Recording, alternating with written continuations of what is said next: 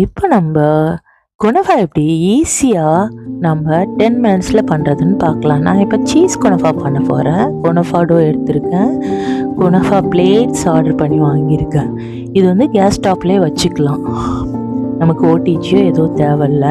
இப்போ குனஃபா டோவில் நான் வந்து பட்டரை மெல்ட் பண்ணி ஊற்றி அதை மிக்ஸ் பண்ணி வச்சுருக்கேன். இந்த குனஃபா பிளேட்டு 2 வேணும். எதனால் அப்படின்னா, நம்ம ஃபஸ்ட்டு ஒரு சைட் பேக் பண்ணிவிட்டு அதுக்கு அப்சைட் டவுன் ஒரே பிளேட்டில் பண்ணால் கொஞ்சம் மெஸ்ஸியாக ஆகும். 2 பிளேட்டில் பண்ணால் நமக்கு ஈஸியாக இருக்கும். இப்போ டோ ரெடி ஆயிடுச்சு. நான் இப்போ இதை ஸ்டஃப் பண்ணிக்கிறேன். ஒரு பிளேட்டில் நம்ம ஃபஸ்ட்டு ஸ்டஃப் பண்ணிக்கலாம். ஸோ பேஸை ஸ்டஃப் பண்ணி சீஸ் குனஃபா பண்ணுறதுனால நான் இப்போ சீஸை ஷ்ரெட் பண்ணி வச்சுருக்கேன்.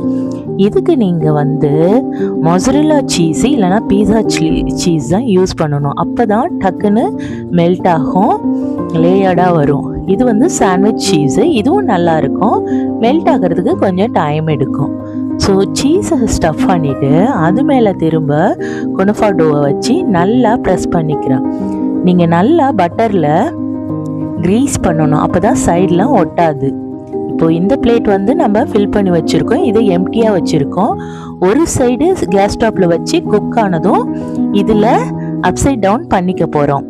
ஒரே பாத்திரத்தில் பண்ணால் நமக்கு மெஸ்ஸியாக வரும். அதனால 2 பிளேட்ஸ் நம்ம யூஸ் பண்ணிக்கிறோம். இப்போ பார்த்தீங்கன்னா கேஸில் டைரெக்டாக வச்சுக்கிறேன். 2 நிமிஷம்தான். ஒரு மீடியம் ஃப்ளேமில் இல்லைன்னா லோ மீடியமில் வச்சோன்னா 2 நிமிஷத்தில் ஒரு சைடு குக் ஆகிடும். இப்போ பாருங்கள், நல்லா குக் ஆகி சைட்லாம் நல்லா ப்ரௌன் ஆகிடுச்சு. இது மேலே பிளேட்டை வச்சு அப்சைட் டவுன் பண்ணிக்கணும். பாருங்கள், டார்க்காக இருக்குது. ஸோ இது 4 நிமிஷத்தில் 2 சைடும் குக் ஆகி சீஸும் மெல்ட் ஆகி வந்துருச்சு.